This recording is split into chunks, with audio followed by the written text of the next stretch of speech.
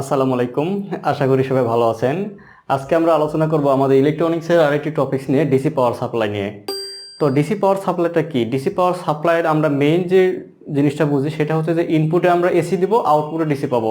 তো দেখুন, এখানে আমি একটা ডায়াগ্রাম অঙ্কন করছি, যেটা ইনপুটে দেওয়া আছে ডিসি, একটা পাওয়ার সাপ্লাই ইউনিট ইউজ করছি এবং এটার ফলে আমরা আউটপুটে ডিসি পেয়েছি। মানে ইনপুটে দেওয়া আছে এসি, একটা পাওয়ার সাপ্লাই ইউনিট মানে ইউনিটের মাধ্যমে আমরা আউটপুটে তার ডিসি পেয়েছি, যেটা ডিসি ভোল্টেজ আমাদের ডায়াগ্রাম। তো এখন কথা হচ্ছে, এই যে ডিসি পাওয়ার সাপ্লাই ইউনিট, একটা পাওয়ার সাপ্লাই ইউনিট গঠন করতে গেলে কী কী লাগবে? আমাদের তিনটে বিষয়, মৌলিক বিষয় তিনটা লাগবে। সেটা কি? একটা হচ্ছে ট্রান্সফরমার, এরপরে হচ্ছে রেকটিফায়ার সার্কিট, এরপর ফিল্টার সার্কিট। এবং ট্রান্সফরমার কি? আমরা জানি ট্রান্সফরমার কাজ হচ্ছে ভোল্টেজটাকে বাড়ানো অথবা কমানো। তো যেহেতু আমরা ডিসি পাওয়ার সাপ্লাই ইউজ করব, সেক্ষেত্রে আমাদের অবশ্যই স্টেপ ডাউন ট্রান্সফরমার ব্যবহার করতে হবে। তো দেখি আমরা একটু ব্লক ডায়াগ্রামের মাধ্যমে দেখি।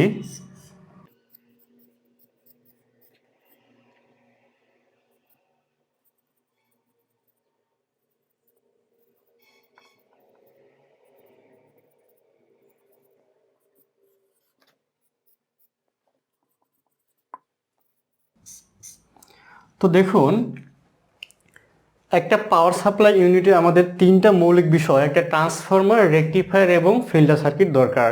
এখন ট্রান্সফরমারটা আমাদের ব্যবহার করতে হবে স্টেপ ডাউন ট্রান্সফরমার, অর্থাৎ যদি আমরা ইনপুটে 220 ভোল্ট দেই, তাহলে এই ট্রান্সফরমারের সাহায্যে আমরা ইনপুটে পাবো 24 ভোল্ট এসি।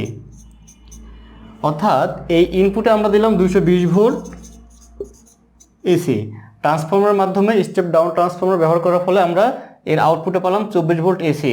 এখন এই রেকটিফায়ারের ইনপুটে হচ্ছে 24 ভোল্ট এসি। যদি এটা এরকম হয়, তাহলে রেকটিফায়ারের আউটপুটে পাবো আমরা 24 ভোল্ট ডিসি। এটা যদিও পিওর ডিসি না, এরকম পাবো মূলত। রেকটিফায়ার আউটপুটে পাবো আমরা 24 ভোল্ট ডিসি, এখানে হচ্ছে 24 ভোল্ট ডিসি। এরপরে ফিল্টার সার্কিট ব্যবহার করার ফলে এই যে পালস সেটিংযুক্ত, ভেজালযুক্ত যে ডিসিটা, অর্থাৎ যেটাকে আমরা পালস সেটিং ডিসি বলে থাকি, এইটা আমরা ফিল্টার সার্কিট ইউজ করার ফলে পাবো আউটপুটে পিওর ডিসি।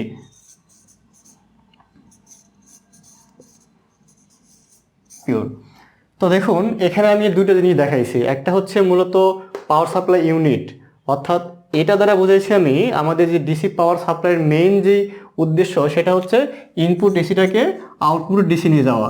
এটাই মূলত একটা পাওয়ার পাওয়ার সাপ্লাই ইউনিট কাজ করে থাকে। এখন একটা পাওয়ার সাপ্লাই ইউনিট গঠন করতে গেলে আমাদেরকে আমাদেরকে তিনটা মৌলিক বিষয়ের দরকার আছে। একটা হচ্ছে ট্রান্সফরমার, রেকটিফায়ার এবং ফিল্টার সার্কিট। তো বললাম আমি, ট্রান্সফরমারের সাহায্যে আমরা কী করি? স্টেপ ডাউন ট্রান্সফরমার ব্যবহার করব। ইনপুটে যদি 220 ভোল্ট এসি দেয়, আউটপুটে পাবো 224 volt AC, step down use করার ফলে। এরপরে রেকটিফায়ারের মাধ্যমে আমরা সেই 24 ভোল্ট এসিটাকে আউটপুটে নেব 24 ভোল্ট ডিসিতে। আর এই ফিল্টার সার্কিট ব্যবহার করার ফলে 24 ভোল্ট ডিসিটাকে আমরা আউটপুটে পিওর ডিসিতে নেব।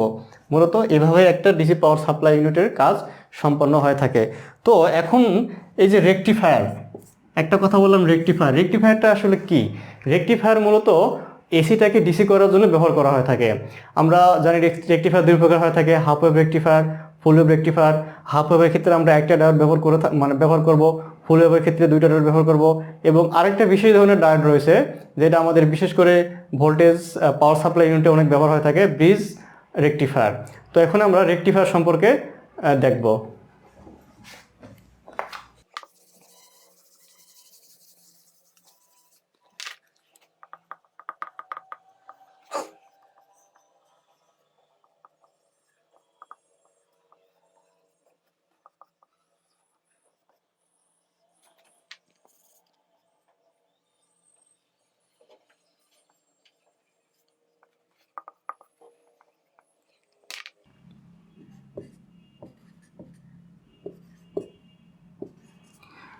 তো এখানে দেখতে পাচ্ছি আমরা একটা ডায়োড, একটা রেকটিফায়ার সার্কিট। এটা মূলত হচ্ছে হাফ ওয়েভ রেকটিফায়ার। আমি যদি লিখি না এখানে, এটা মূলত হচ্ছে হাফ ওয়েভ রেকটিফায়ার।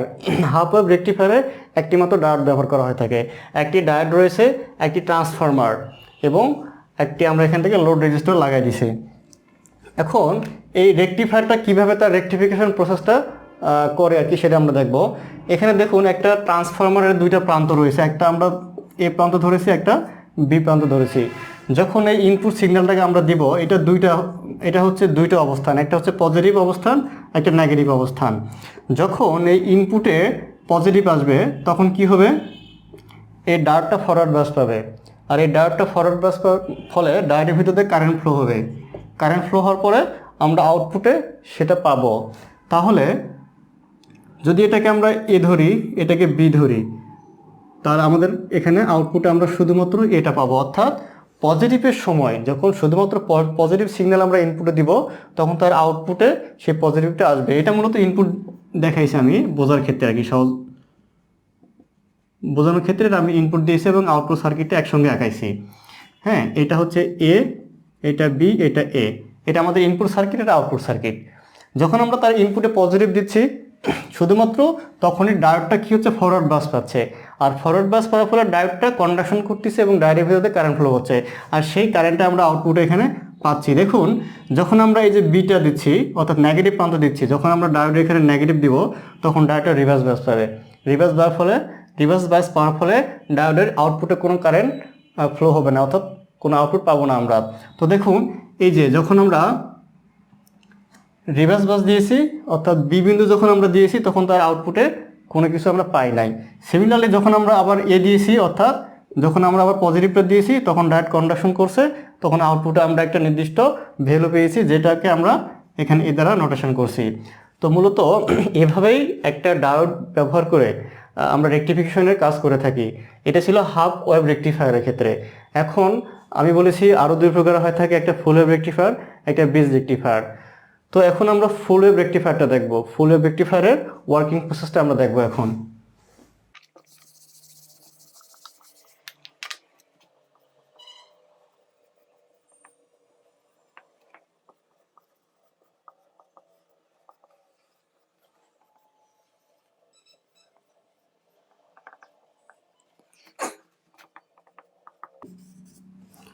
তো দেখুন, এখানে আমরা দুইটা ডায়োডের সাহায্যে দুইটা ডায়োড এবং একটা ট্রান্সফরমারের সাহায্যে আমরা একটা ফুল ওয়েভ রেকটিফায়ার সার্কিট তৈরি করেছি। তো এখন এই সার্কিটের আমরা দুইটা ডায়োড ইউজ করছি, একটা লোড রেজিস্টার ইউজ করছি। এখন এই যে লোড রেজিস্টারটা আমরা ইচ্ছা করলে এখানে ইউজ করতে পারি, অথবা যদি আমরা ইচ্ছা করি এখানে না ইউজ করে আমরা এখানে ইউজ করব, তাও কোনো সমস্যা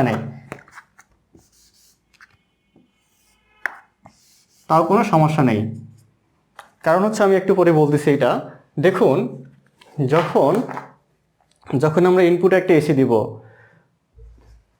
ইনপুটে এসি দেওয়ার ফলে কি হবে, সে ট্রান্সফরমারটা স্টেপ ডাউন করে তার আউটপুটে এরকমই একটা সিগন্যাল সে দিবে।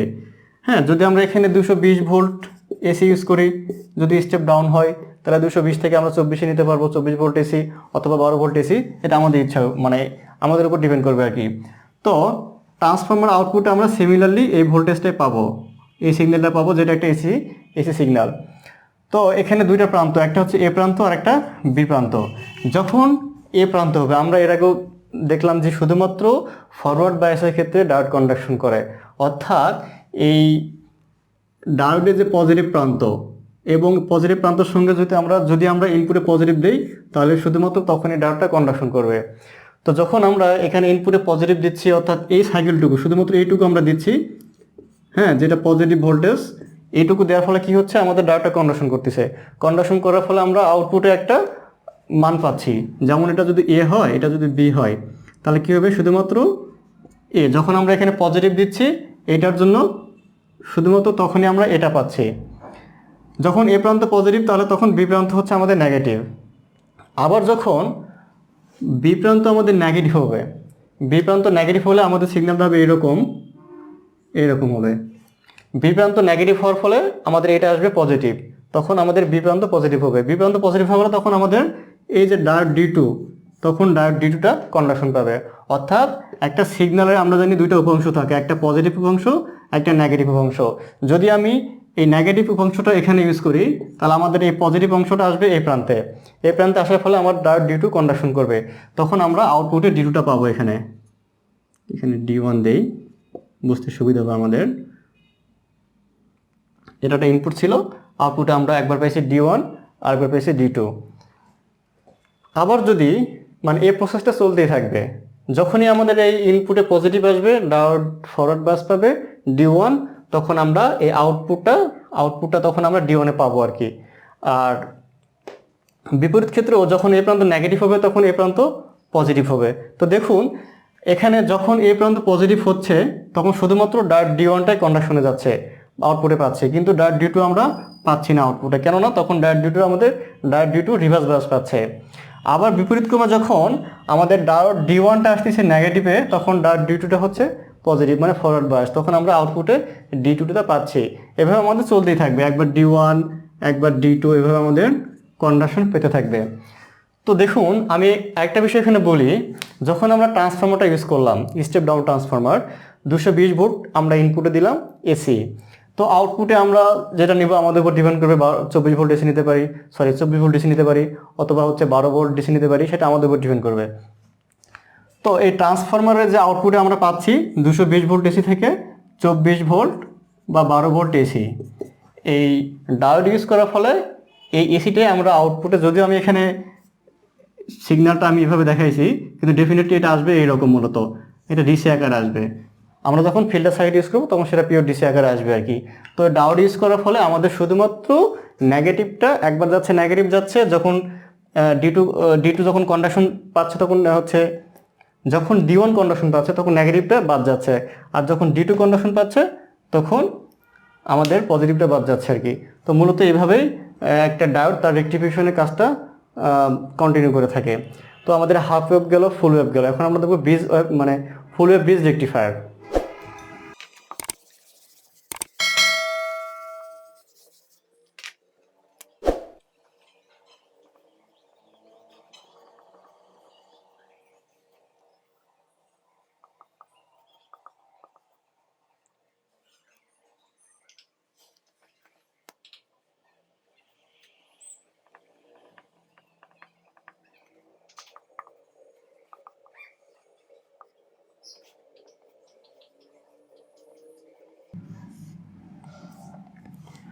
দেখুন ফুল ওয়েভ ব্রিজ রেকটিফায়ার কি কাজটা সংঘটিত হয়। ফুল ওয়েভ ব্রিজ রেকটিফায়ারের প্রথম শর্ত আমাদের 4টা ডায়োড ইউজ করতে হবে, 4টা ডায়োড ইউজ করবো, একটা ট্রান্সফর্মার ইউজ করব। তো যখন আমরা ইনপুটে একটা সিগন্যাল দিচ্ছি, ইনপুটে আমাদের পজিটিভ এবং নেগেটিভ দুইটা সিগন্যালে আমাদের যাচ্ছে, মূলত পজিটিভ এবং নেগেটিভ দুইটা আমরা ইনপুটে দিচ্ছি, তখন কি হচ্ছে অ্যাট এ টাইম এই প্রান্তটা আমাদের পজিটিভ যখন হচ্ছে, অর্থাৎ শুধু ধনাত্মকটুকু পজিটিভ যখন হচ্ছে, তখন আমাদের এই যে ডায়োড D2, এই ডায়োড আর হচ্ছে এই D4, দেখেন এইটার পজিটিভ প্রান্ত যদি হয় তাহলে এই পজিটিভ আর এই পজিটিভ তখন কি হচ্ছে, জাংশনটা ডায়োডের মধ্যে একটা ফরওয়ার্ড বাস সৃষ্টি করতেছে, এর ফলে ডায়োডটা কন্ডাকশন পাচ্ছে। দেখুন যখন আমাদের এখানে ইনপুটে পজিটিভ আসতেছে তখন এই ডায়োড D2 এবং এদিকে কারেন্টটা ঘুরে আসে আমাদের ডায়োড D4, এই D2 এবং D4 তখন আমাদের কন্ডাকশন পাচ্ছে। দেখুন আপনারা একটু মিলাই দেখুন, এই যে D2 এবং D4 ফরওয়ার্ড বাস পাচ্ছে, তো এইটার ফলে আমাদের তখন আউটপুটে আমরা পাবো D2 D4। আবার যখন আমাদের বি প্রান্ত পজিটিভ হবে তখন আমাদের কি হবে, তখন এই যে ডায়োড D1 আর ডায়োড হচ্ছে D3, এই দুটো তখন কন্ডাকশন পাবে, তখন আমরা আউটপুটে ডায়োড D1 এবং D3 পাবো। এখানে ট্রান্সফর্মার ইউজ করার ফলে সিমিলারলি আগের মতোই সে ভোল্টেজটাকে ডাউন করবে, ডাউন করার ফলে সে এই ডায়োডের মাধ্যমে তার যে মানে ইনপুট ভোল্টেজটাকে কর্তন করার ফলে সে শুধুমাত্র একটা ডায়োড পজিটিভটাকে যেতে দিবে, দেওয়ার ফলে আমাদের ডায়োড D2 এবং D4 তখন আমরা আউটপুটে পাবো, যখন আমাদের এখানে এই জায়গাতে এ বিন্দু পজিটিভ হবে। আবার যখন এই বি বিন্দু পজিটিভ হবে তখন আমরা ডায়োড D1 এবং D3 আউটপুটে পাবো। তো এটাই হচ্ছে মূলত ফুল ওয়েভ ব্রিজ রেকটিফায়ার। আমাদের রেকটিফায়ার সার্কিট মূলত আজকে হাফ ওয়েভ রেকটিফায়ার, ফুল ওয়েভ রেকটিফায়ার এবং ফুল ওয়েভ ব্রিজ রেকটিফায়ার নিয়ে আলোচনা করলাম। তো আজকে আমাদের টপিক ছিল ডিসি পাওয়ার সাপ্লাই। এই পাওয়ার সাপ্লাই আমাদের আরও কিছু অংশ রয়ে গেছে, আমরা বিভিন্ন প্রকার রিপল ফ্যাক্টর দেখবো, আমরা বিভিন্ন ভ্যালু বের করা শিখবো, রিপল ফ্যাক্টরের মান বের করা শিখবো, হাফ ওয়েভ রিপল ফ্যাক্টরের মান, ফুল ওয়েভ রিপল ফ্যাক্টরের মান, হ্যাঁ, এরপর হচ্ছে ফুল ওয়েভ রেকটিফায়ারের দক্ষতা, এগুলো আমরা ইনশাল্লাহ পরবর্তীতে শিখবো। তো সেই পর্যন্ত সবাই ভালো থাকবেন, আজকে এই পর্যন্ত, আসসালামু আলাইকুম।